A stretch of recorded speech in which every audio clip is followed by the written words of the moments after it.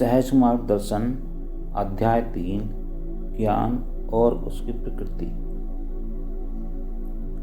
सामान्य अर्थ में ज्ञान शब्द का अर्थ है जानकारी, जो कई प्रकार की हो सकती है, जैसे दैहिक, मानसिक, भौतिक अथवा आध्यात्मिक।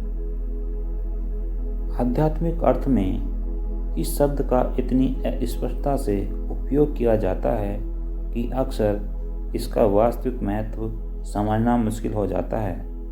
इसका विस्तार निम्न स्तरीय सामान्य जानकारी से लेकर आंतरिक ज्ञान उदय के स्तर तक है। इससे बहुत ज़्यादा भ्रम और गलतफहमी पैदा हो जाती है। कुछ धार्मिक ग्रंथों का अध्ययन कर लेने वाला या हर क्षण अहम ब्रह्मास्मि जैसे घिसे पिटे शब्दों का उच्चारण करने वाला ज्ञानी कहलाने का दावा करने लगता है, और जन समुदाय उसे इस रूप में स्वीकार भी कर लेता है, चाहे उसकी आंतरिक अवस्था जो भी हो। वास्तविक अर्थ में ज्ञान का तात्पर्य मन की उस आंतरिक अवस्था से है जिसका विकास किसी अभ्यासी में अपनी साधना के दौरान विभिन्न ग्रंथियों की आध्यात्मिक स्थितियों से गुजरने पर होता है। ज्ञान वास्तव में विभिन्न ग्रंथियों में व्याप्त अवस्थाओं की अनुभूति है। क्योंकि ग्रंथियां असंख्य हैं, इसलिए ज्ञान भी अभ्यासी की पहुंच के स्तर के अनुरूप भिन्न भिन्न होता है।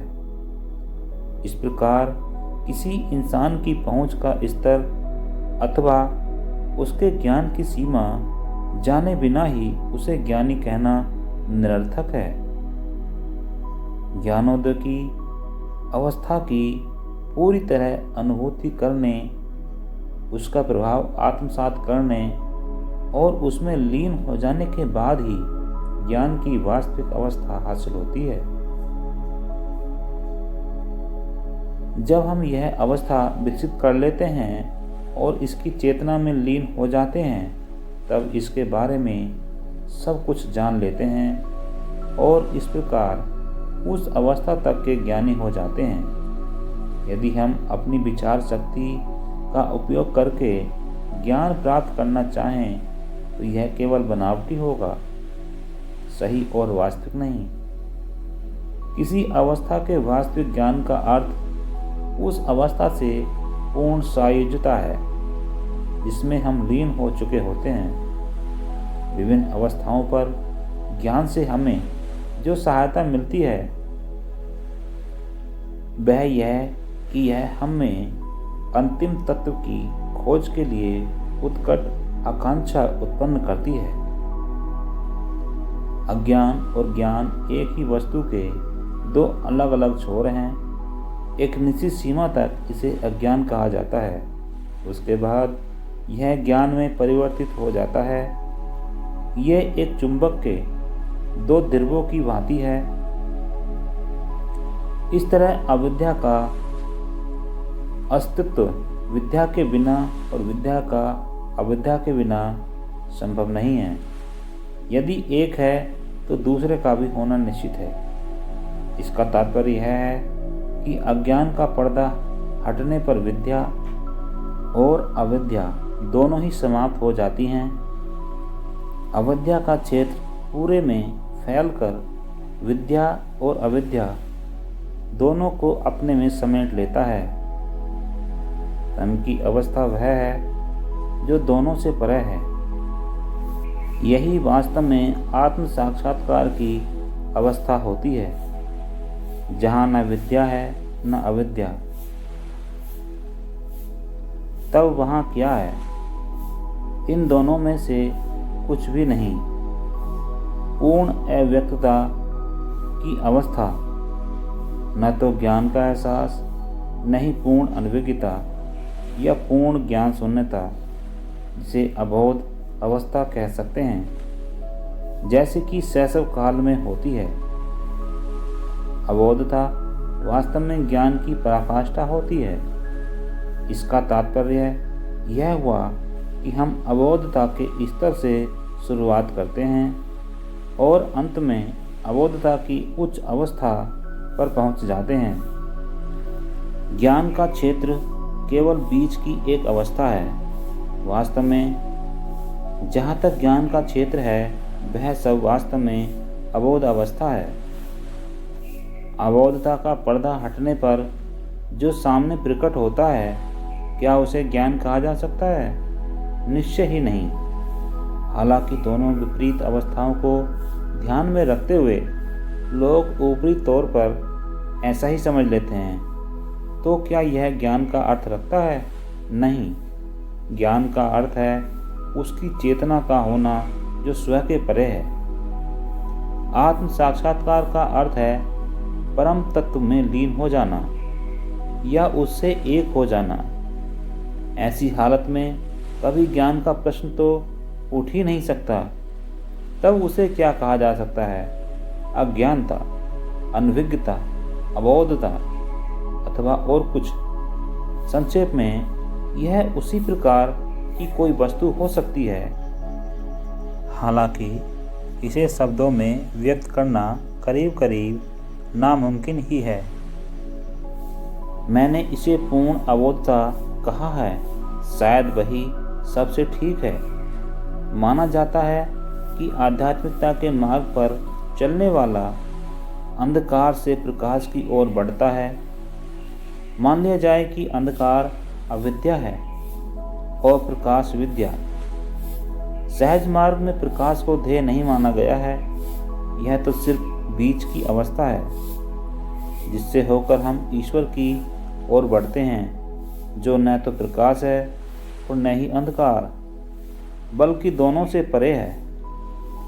हम शुरुआत तो अवश्य ही अविद्या से करते हैं और फिर विद्या से होकर उस अवस्था की ओर बढ़ते हैं जो न तो अविद्या है न विद्या, बल्कि दोनों से परे है, जो न प्रकाश है और न ही अंधकार, यह न अविद्या है न ही विद्या। उसका सही अर्थ किस शब्द द्वारा व्यक्त किया जा सकता है? क्या दुनिया के किसी शब्द भंडार में उसके लिए कोई शब्द है? निश्चय ही नहीं। इसलिए जैसा मैंने कहा है, पूर्ण अबोधता, इसे वही कहा जाए जो प्रारंभिक अबोधता की स्थूलतम अवस्था से भिन्न है। उपाय, तर्क, श्रुति और अनुभव। सामान्यतः दार्शनिकों ने चीज़ों के मर्म तक पहुंचने का प्रयास अंतर्दृष्टि द्वारा न करके तर्क द्वारा किया है। जो प्रचलित तर्क हैं वे दोषपूर्ण हो सकते हैं और हमें गुमराह कर सकते हैं, परंतु अगर किसी चीज़ को तर्क के अनावश्यक माध्यम के बिना देखा जाए तो वह अपने मौलिक रूप में बिना किसी अशुद्धि या दोष के दिखाई पड़ेगा। हमें चीज़ों को समझने की कोशिश तब करनी चाहिए जब आध्यात्मिक ग्रंथियाँ अपने आप खुलने लगें। पुस्तकों से मिलने वाला मार्गदर्शन ज़्यादा फायदेमंद नहीं होता, क्योंकि यह बहुधा भ्रामक होता है और कभी कभी खतरनाक भी। पुस्तकों में बताई गई पद्धतियाँ आमतौर पर स्पष्ट नहीं होती। उनमें केवल बाहरी पहलू का ही वर्णन होता है। सिर्फ दवाओं के नाम और गुण जान लेने से ही कोई वैद्य नहीं बन जाता। सिर्फ पुस्तकों को पढ़ लेने से ही आम के स्वाद का सही अंदाज़ा नहीं लगाया जा सकता। एक प्रसिद्ध कहावत है कि मिठाई का आनंद खाकर ही लिया जा सकता है। ऊपरी तौर से देखने पर वेदों में विरोधाभास भी नजर आता है। दर्शन की 6 अलग अलग शाखाएं इसी का परिणाम है। हर इंसान अपनी पहुंच के अनुसार कुछ न कुछ कहता रहता है। वास्तविक अध्ययन तो वह है जिससे हमें नित्य या अपरिवर्तनशील की अनुभूति होने लगे। उसकी अनुभूति पढ़ने, विश्वास करने या तर्क करने से नहीं की जा सकती है, बल्कि अति चेतनात्मक बोध द्वारा की जा सकती है। मैं खुले तौर पर स्वीकार करता हूँ कि मैंने कोई पुस्तक नहीं पढ़ी क्योंकि मैंने उन्हें कभी उपयोगी नहीं समझा। मैंने असलियत को अपना लक्ष्य माना, क्योंकि मेरी नज़र में केवल वही पाने लायक चीज़ थी, और पुस्तकों का अध्ययन विद्वानों और पंडितों के लिए छोड़ दिया। शंकर, रामानुज या दूसरे लोगों ने अपने अनुभव के आधार पर चाहे जो भी कहा हो, उसके बावजूद मैंने जो कुछ कहा या लिखा है वह मेरे निजी अनुभव के आधार पर है। इसमें कोई शक नहीं है कि अब कभी भी मैं उन किताबों को पढ़ लेता हूँ, पर केवल मन बहलाने के लिए, और उतना ही याद रखने की कोशिश करता हूँ जितना लोगों को आसानी से समझाने के लिए ज़रूरी होता है। एक बात मुझे याद आ रही है जो मैंने शंकराचार्य द्वारा लिखी पुस्तक विवेक चूड़ामणि में पढ़ी थी, जिसका अर्थ है आत्म साक्षात्कार में पुस्तकें सहायक नहीं होती हैं, और आत्म साक्षात्कार हो जाने के बाद पुस्तकों की जरूरत नहीं रह जाती। पापियों के लिए नरक, अज्ञानियों के लिए स्वर्ग और अबोधों के लिए ब्रह्मलोक, परंतु बुद्धिमान, विद्वान और साथ ही इस धरती पर रहने वाले कमज़ोर लोगों के लिए भी उनका खुद का बनाया हुआ एक बनावटी स्वर्ग है। कमज़ोर कौन हो सकता है? वे लोग जिनमें आत्मनिर्भरता और आत्मविश्वास की कमी होती है।